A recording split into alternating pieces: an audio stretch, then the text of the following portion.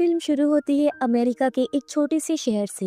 हम एक लड़की जूडी को देखते हैं जो डॉक्टर थी और वहाँ उसके साथ उसकी नर्स भी थी। एक दिन वहाँ पर एक बेसबॉल मैच होता है। नर्स भी मैच देखने जाना चाहती है ताकि वो अपने दोस्त से मिल सके जो भी मैच खेलने वाला एक प्लेयर था। जूडी उसकी बात मान लेती है और उसे जल्दी छुट्टी दे देती है। दूसरी तरफ हम देखते हैं जूडी के हस्बैंड डेविड को, जो पूरे शहर का शेरिफ भी होता है। वो भी अपने साथी के साथ इस मैच को देखने आया होता है। पहले तो सब कुछ नॉर्मल रहता है, दोनों बात कर रहे थे और नर्स की दोस्त की तारीफ करते हैं। लेकिन अचानक कुछ ऐसा हुआ जिसकी वजह से गेम रुक जाती है। एक बूढ़ा आदमी ग्राउंड के अंदर घुस आया और पिच की तरफ बढ़ने लगता है। उसके हाथ में गन होती है। आदमी बहुत अजीब लग रहा था। डेविड बूढ़े आदमी के वहाँ पहुँचने से पहले जल्दी से पिच को खाली करवा देता है ताकि वो देख सके कि आदमी आखिर करना क्या चाहता है। डेविड को लगता है कि वो आदमी नशे में है और वो उसे गन नीचे करने के लिए कहता है, लेकिन आदमी उसकी बात सुनने को तैयार नहीं था। आदमी फिर डेविड पर गन तान देता है। डेविड को उससे खतरा महसूस हुआ, इसलिए वो उस आदमी को शूट करके मार देता है। फिर डेविड उस आदमी के डॉक्टर से मिला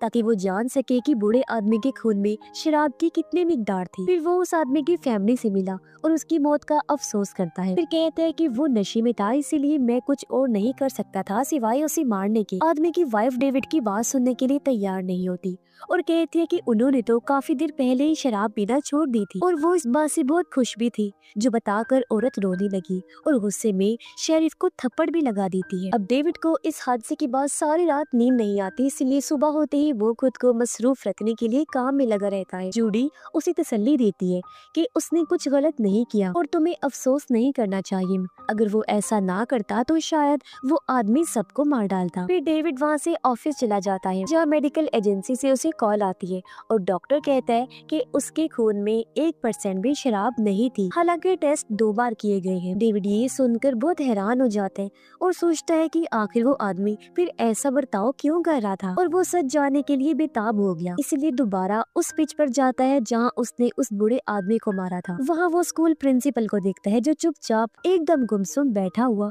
कुछ सोच रहा था। उसे होश में लाने के लिए डेविड को कई बार उसका नाम पुकारना पड़ता है क्योंकि वो प्रिंसिपल से बात करना चाहता था। दूसरी तरफ हम देखते हैं कि हॉस्पिटल में एक और अजीब केस आता है जिसको जूडी हैंडल कर रही होती है। ये एक आदमी बिल का केस था जिसे उसकी वाइफ चेक करवाने लाई। आदमी जूडी से कहता है कि पता नहीं मेरी वाइफ क्यों इतना परेशान हो रही है, उसे कुछ नहीं हुआ, बस थोड़ा सा थका हुआ हूँ। जूडी उसे एक और सवाल करती है, लेकिन वो उस सवाल का जवाब देने की बजाय फिर से वही बात रिपीट करता है कि मेरी वाइफ ऐसे परेशान हो रही है, मुझे कुछ भी नहीं हुआ। अब हमें बिल का घर दिखाया जाता है और बिल को देखकर लगता है कि उसकी वाइफ की परेशानी सही थी, क्योंकि उस रात वो सच में पागलों की तरह बर्ताव कर रहा था। अब जब उसकी वाइफ बाहर निकलती है तो वो देखती है कि बिल ने अपने ट्रैक्टर मशीन्स को ऑन रखा हुआ है। वो बिल को ढूंढने लगती है, पर तभी उसे अपने बेटे की आवाज सुनाई दी जो अपनी माँ को बुला रहा होता है, इसलिए वो फिर से घर के अंदर भाग गई।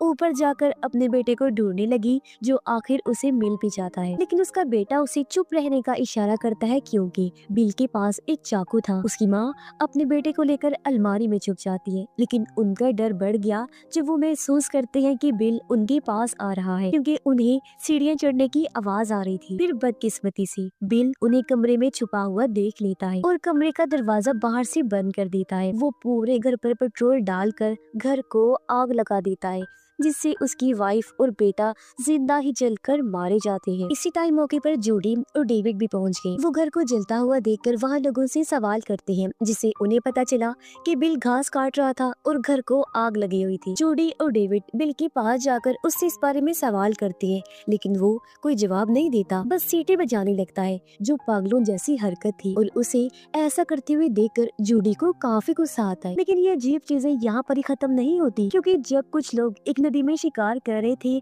उन्हें एक जगह से लाश मिलती है जो एक पायलट की लाश थी। अब डेविड और डेप्यूटी अपने साथियों के साथ कश्ती में बैठकर इस जगह की छानबीन और लाश की छानबीन करने के लिए निकल पड़ते हैं। कश्ती में बैठे हुए उन्हें एक प्लेन मिलता है जो इनके शहर से कुछ दूरी पर यहाँ नदी में तबाह हो गया था। तभी हम देखते हैं कि ड्रोन के जरिए उन पर नजर रखी जा रही है और वहाँ लिखा हुआ था कि पूरे शहर में एक अजीब तरह का वायरस फैल गया है, जिस वजह से लोग इन्फेक्टेड बीमार हो रहे हैं, जिसके बाद उनका बर्ताव हद से ज्यादा खराब हो जाता है। अब डेविड ये जानने की कोशिश करता है कि पूरे शहर को पानी कहाँ से सप्लाई किया जाता है, जो पानी शहर के लोग इस्तेमाल करते हैं। डेविड ये भी जानने की कोशिश करता है कि आखिर नदी में वो प्लेन कैसे तबाह हुआ था। उसे इस प्लेन में कोई गड़बड़ी लगती है, क्योंकि पहले तो उन्होंने कभी कोई ऐसी खबर नहीं सुनी जिसमें किसी नदी में प्लेन तबाह होने के बारे में बताया गया हो। पर ये सुनकर उसका शक और बढ़ जाता है जब उसे पता चला कि पूरे शहर को पानी इसी नदी से सप्लाई किया जाता है। और तो और नदी का पानी पाइपलाइन के जरिए जब शहर में सप्लाई किया जाता है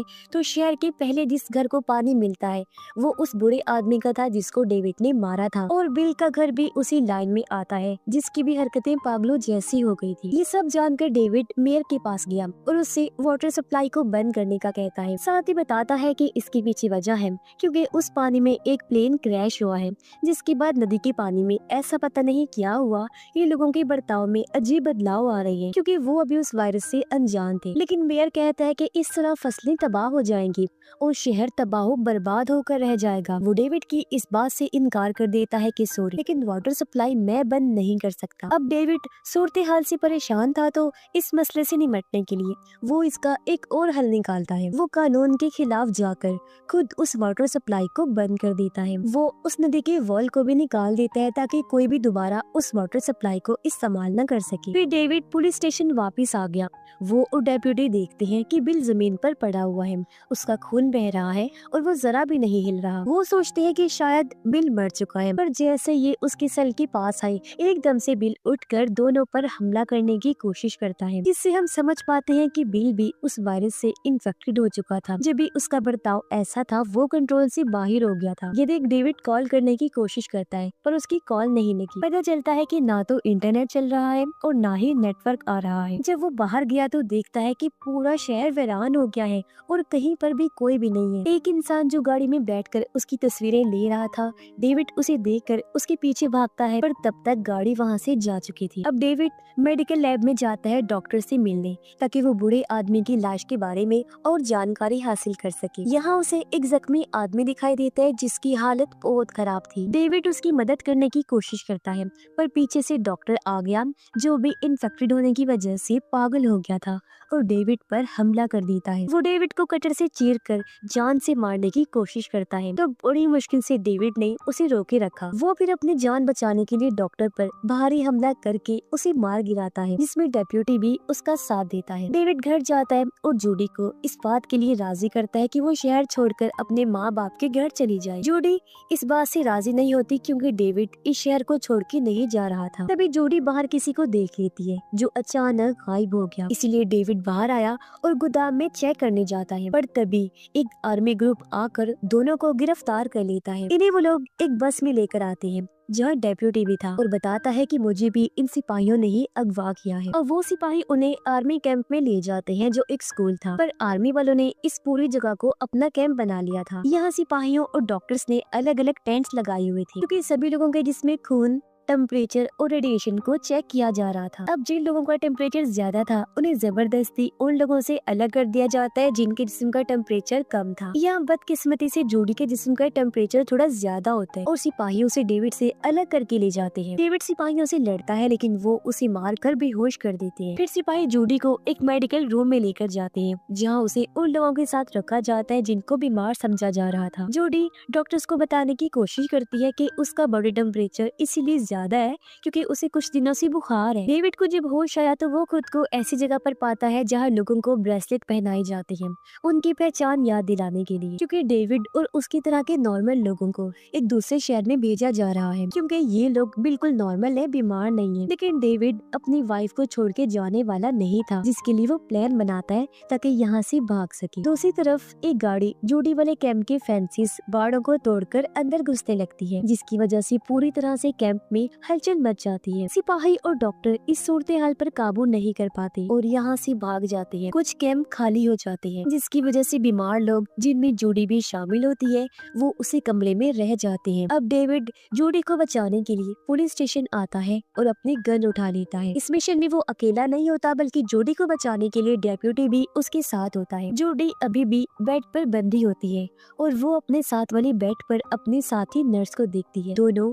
एक दूसरे का हाल हालचाल पूछती है और वो देखते हैं कि बिल जो स्कूल का प्रिंसिपल है वो उनके रूम की तरफ आ रहा है और उसके हाथ में एक हथियार भी है। बिल को पूरी तरह से इन्फेक्शन हो गया था और वो सभी लोगों को बेरहमी से मारने लगता है। जूडी और नर्स ये देखकर बहुत डर जाती है। अब बिल नर्स की तरफ आया और उसे मारने ही वाला होता है कि जूडी जोर जोर से चिल्लाने लगती है और बिल का ध्यान अपने तरफ कर लेती है। अब बिल जूडी को मारने ही वाला होता है कि वहाँ ठीक टाइम पर डेविड और डेप्यूटी आ जाते हैं और वो शूट करके बिल को मार देते हैं और इस तरह दोनों लड़कियों की जान बच पाती है। अब वो चारों वहाँ से बाहर आकर अपने लिए कोई महफूज जगह ढूंढने निकल जाते हैं। वो नर्स की दोस्त के घर से बाहर से गुजर रही होती है। नर्स कहती है कि वो अपने दोस्त से मिलना चाहती है ताकि देख सकूं कि वो ठीक है या नहीं। जब वो अपने दोस्त के घर जाते हैं तो उसका दोस्त बिल्कुल ठीक होता है और कहता है कि मेरी मॉम भी बिल्कुल ठीक है। इसी दौरान कुछ सिपाही इस जगह को चारों तरफ से घेर लेते हैं और एक सिपाही नर्स के दोस्त के घर की तलाशी लेना शुरू कर देता है। वो चारों तब खेत में छुप जाते हैं। अब सिपाही उसकी माँ को ढूंढ लेते हैं और उसके खून को टेस्ट करने लगते हैं। ये देखकर नर्स का दोस्त भागता है अपनी माँ को बचाने के लिए। तब सिपाही उन दोनों को गोली मार देते हैं और उनकी लाशों को आग लगाकर जला देते हैं। ये देख वो चारों बहुत डर गए क्योंकि सिपाहियों को हुक्म मिला था कि उन सब लोगों को फांसी दे दी जाए जो सिपाही नहीं है लेकिन बने हुए हैं और उन लोगों को भी जो इन्फेक्टेड है। अब अगले दिन डेविड उन सबको अपने घर ले जाता है जो उसने अपने बच्चे के लिए बनाया था। नर्स और डेप्यूटी गाड़ी को ठीक करने की कोशिश करते हैं जबकि जूडी और डेविड घर के अंदर चले जाते हैं। डेविड घर से जरूरी सामान इकट्ठा करता है। जूडी अपने बच्चे के कमरे में जाती जहाँ पीछे बूढ़े आदमी की वाइफ खड़ी थी जो पूरी तरह से इन्फेक्टेड हो चुकी होती है। अब डेविड जब कमरे में आया तो देखता है कि जूडी को बांधा हुआ है। फिर अचानक बूढ़े आदमी की वाइफ डेविड पर हमला कर देती है क्योंकि वो पूरी तरह से पागल हो गई थी। बूढ़े आदमी की वाइफ डेविड के हाथ में फर्श पर चाकू घोंप देती है और उसे गन दिखाकर धमकाने लगती है। जब डेविड ने देखा कि वो मेरी वाइफ को मार देगी तो वो हिम्मत करके उसका मुकाबला करता है और आखिरकार उसे मार गिराता है। इस सब में डेप्यूटी भी उसकी मदद करता है। अब जूडी को ऐसा लगता है कि डेप्यूटी भी वायरस से इन्फेक्टेड हो गया है क्योंकि उसका बर्ताव बहुत ज्यादा गुस्से वाला बनता जा रहा था। लेकिन डेविड अभी भी इस बात पर यकीन करने से मना कर देता है। अब वो चारों गाड़ी में जा रहे होते हैं कि नर्स को खांसी आती है जिसे डेप्यूटी को लगा कि वो भी वायरस से इन्फेक्टेड हो गई है। अब सब आपस में लड़ने लगे लेकिन डेविड उन्हें लड़ाई को खत्म करने को कहता है क्योंकि एक हेलीकॉप्टर उन पर हमला करने के लिए उनके सर पर मंडला रहा था और उन्हें अब छुपने के लिए जगह ढूंढनी है। अब डेविड अपनी गाड़ी का रास्ता बदलकर एक कार वॉश में चला जाता है जहाँ गाड़ियाँ धोई जाती हैं, लेकिन यहाँ भी उन्हें मजीद मुश्किलों का सामना करना पड़ता है। वो हेलीकॉप्टर के जाने का इंतजार कर रही थी लेकिन कोई कार वॉश को चला देता है और उनकी गाड़ी आगे को चली जाती है जहाँ से निकलना बहुत मुश्किल हो गया था। इतने में वहाँ पर काम करने वाले कुछ लोग सामने आते हैं जो इन्फेक्टेड थी और इन पर हमला कर देते हैं, लेकिन वो लोग किसी तरह उन्हें मारने में कामयाब हो जाते हैं और डेविड कार वॉश से कार को निकाल लेता है। लेकिन उनमें से एक आदमी नर्स पर हमला करता है, उसके गले में पाइप डालकर उसे हवा में लटका देता है जिसकी वजह से वो मारी जाती है। अब बाकी तीनों लोग नर्स को देखने बाहर आते हैं पर तभी वो हेलीकॉप्टर डेविड की गाड़ी को तबाह कर देता है। अब उन तीनों के पास गाड़ी नहीं होती इसलिए वो पैदल चलना शुरू कर देते हैं। अब वो वहाँ पर एक गाड़ी को आते हुए देखते हैं। यहाँ भी डेप्यूटी बिना सोचे समझे अपना गुस्से वाला बर्ताव दिखाने लगा और एक नोकदार ट्रैप सड़क पर डालकर गाड़ी का एक्सीडेंट करवा देता है जिससे वो गाड़ी पलट गई। गाड़ी में एक एजेंट था जो बच गया था, उसे भी डेप्यूटी मारने की कोशिश करता है लेकिन डेविड उसे रोक देता है क्योंकि वो आदमी से बात करना चाहता है। डेविड उस आदमी से पूछता है कि ये सब क्या हो रहा है। तब वो आदमी बताता है कि जो प्लेन नदी में तबाह हुआ था उस प्लेन में दरअसल हाई टेक और केमिकल से भरे हथियार थे जिसे एक दूसरे शहर ले जाया जा रहा था, लेकिन वो प्लेन नदी में तबाह हो गया जिससे पूरे शहर का पानी खराब हो गया, जिस वजह से ये इन्फेक्शन फैलते फैलते इतना ज्यादा बढ़ गया। जो लोग भी इसकी लपेट में आकर बीमार होते हैं उनका बर्ताव अजीब होता है, वो दिमागी तौर पर गुस्से वाले पागलों जैसे हो जाते हैं क्योंकि वायरस का असर इंसान के दिमाग पर होता है, इसलिए वो इंसान उल्टे सीधे हरकतें करने लगते हैं। जब भी इस मूवी का नाम है द क्राइसिस। अब अचानक डेप्यूटी उस आदमी को मार देता है। डेविड को लगता है कि डेप्यूटी भी इन्फेक्टेड हो गया है। अब चुपके से डेविड उसकी गन उठा लेता है लेकिन चालाकी से डेप्यूटी ने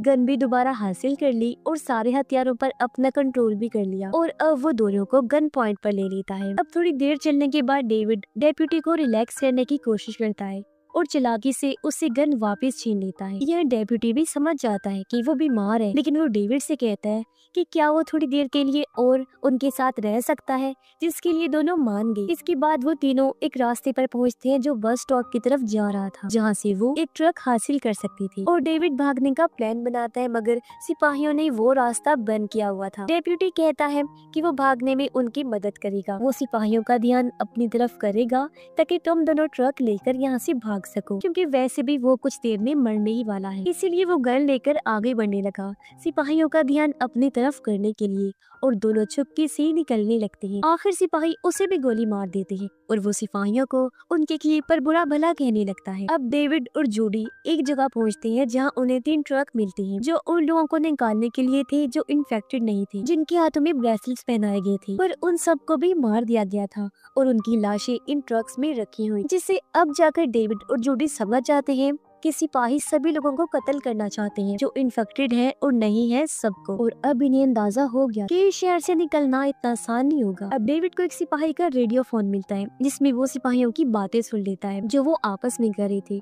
इसमें बताया जा रहा था कि 10 मिनट में कुछ होने वाला है, और बस ये कहने के बाद 10 मिनट का टाइम लगा दिया जाता है और काउंटडाउन शुरू हो जाता है। दोनों जल्दी से निकलने की तैयारी करते हैं, पर यहाँ बहुत सारे इन्फेक्टेड लोग आ जाते हैं जो इन पर हमला करने की कोशिश करते हैं, लेकिन दोनों जैसे तैसे उनसे लड़कर उन्हें हरा देते हैं। जूडी एक आदमी को गोली मार देती है, जबकि दूसरे को डेविड आग लगाकर जला देता है। फिर ये दोनों ट्रक में बैठकर यहाँ से निकल जाते हैं, पर तभी वो रेडियो पर 35 सेकंड का काउंटडाउन सुन लेती हैं। ये तकरीबन 10 मिनट पूरे होने वाले थे। जैसे ही 10 मिनट पूरे हुए, एकदम खामोशी छा गई। अब हम एक तेज रोशनी को शहर में फैलता हुआ देखते हैं, जिसके साथ ही वहाँ जोरदार धमाका होता है और सब कुछ तबाह हो जाता है। धमाके की जोर से इनका ट्रक भी पलट जाता है, पर खुशकिस्मती से दोनों की जान बच गई थी और अब वो ट्रक से बाहर आकर पैदल ही आगे बढ़ने लगते हैं। उन्हें भी एहसास हो गया था कि पूरे शहर को धमाके से तबाह कर दिया गया है जो आर्मी ने किया था, ताकि इन्फेक्शन को इस शहर से